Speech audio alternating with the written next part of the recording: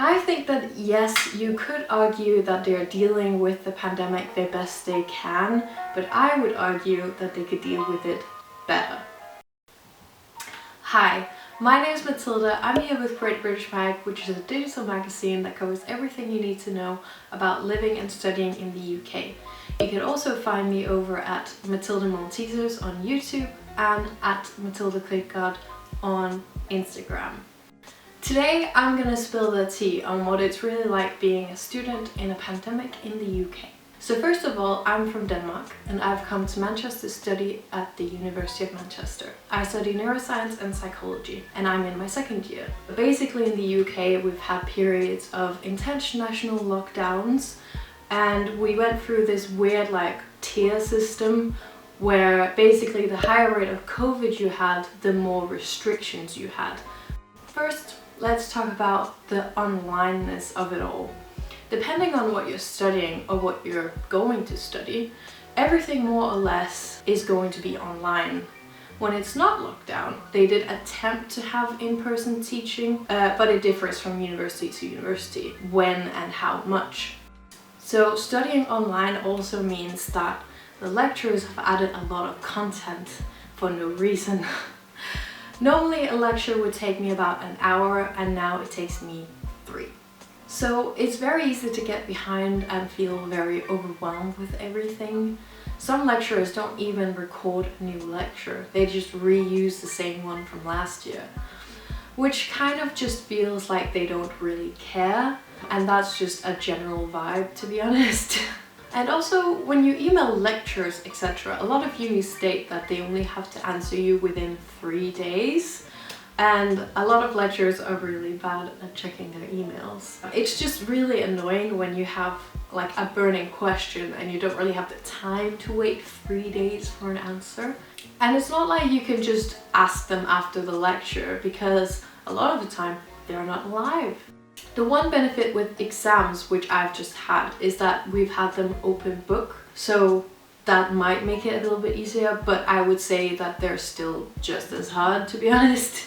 I was also meant to have labs this semester that we've just started, and we were going to be there physically with social distancing and everything, but now they have both been postponed and will mostly be online. This is concerning to me because I think future employers, they'll look at that and then they'll see that I'm essentially a qualified virtual lab tech.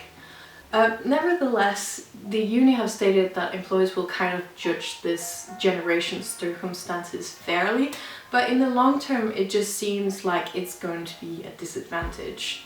Essentially for our virtual labs, they're going to describe what they're doing to us and then we have to do the boring analysis part of it.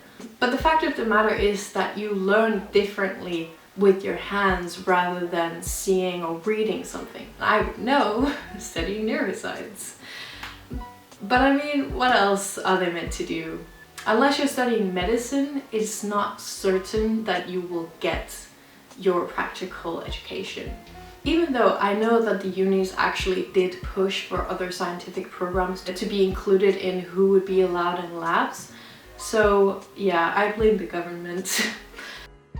Studying abroad is typically a great opportunity to sort of challenge yourself and push yourself out of your comfort zone and maybe speak a language that you're not used to or might be as comfortable with. Experience a whole new culture basically. And a lot of international students I know have stayed at home until everything opens up again, because you have a limited opportunity to actually see people and of course go anywhere, and you get a lot of culture from the people.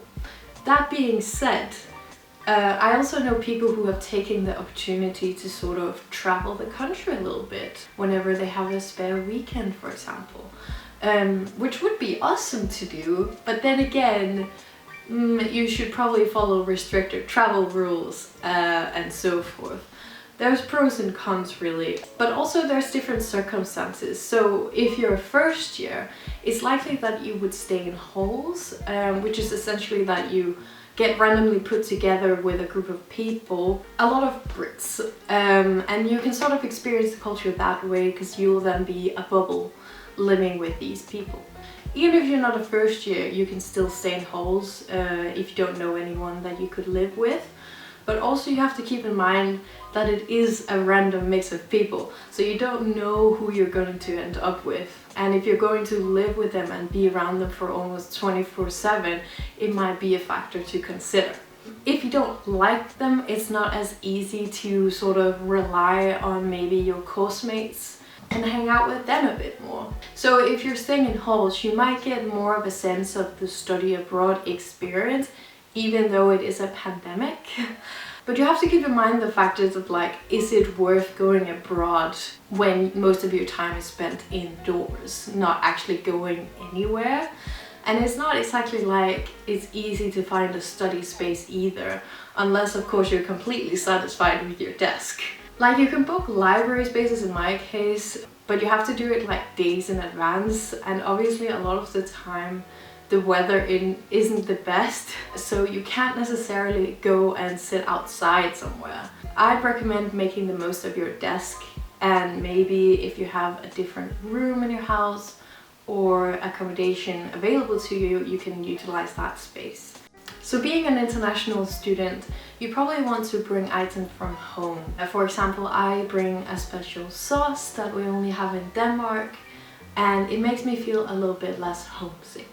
I also recommend watching TV shows in your native language, since all of a sudden all you hear is English, and you'll notice you forget words a lot more if you are bilingual. Plus, for me, it also reminds me of home.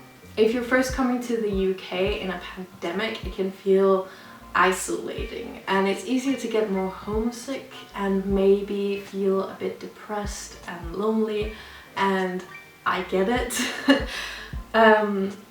What I have attempted myself is to remember to communicate with my friends from home and my family, and focus on the fact that a vaccine is being distributed, and hopefully it won't last forever. So you can't really do much else except for distracting yourself and try as best you can to sort of socialize. Another great idea is to join societies. Even though they are online, you kind of get a chance to meet people with the same interests as you, and it also adds to the culture experience.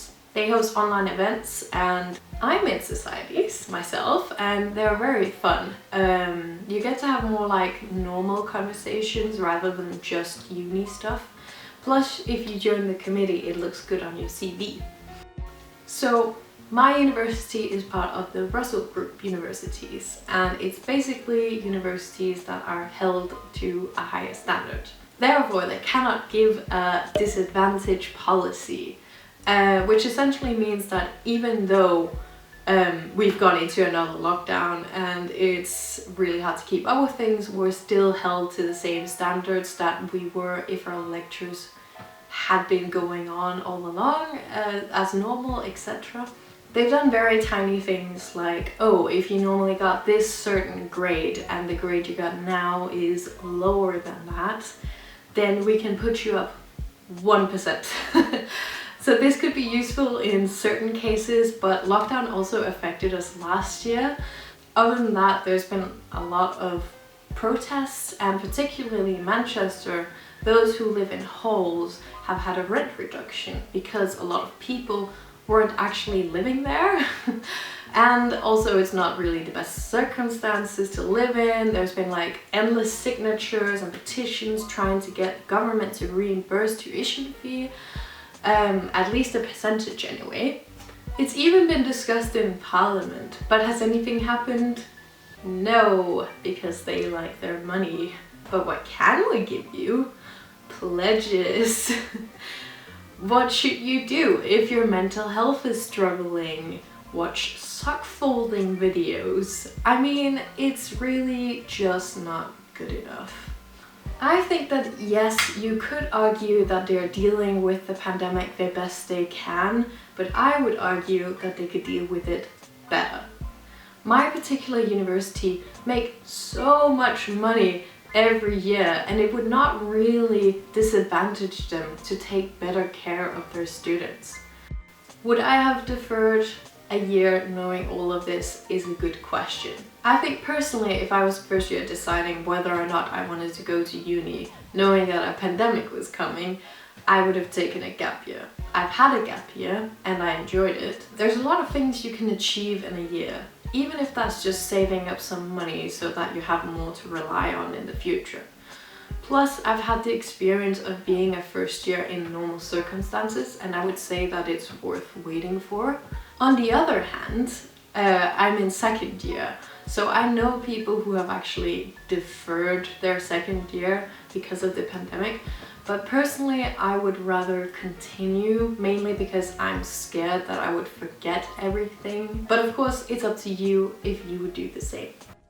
I hope this video helped you out and that it gave you some sort of perspective on what it's like being a student in a pandemic in the UK. Do subscribe to Great British Mag for more useful stuff about studying and living in the UK. And remember to click that notification bell. Also remember to check me out over at Mathilde Maltesers on YouTube. And thanks so much for watching. Bye!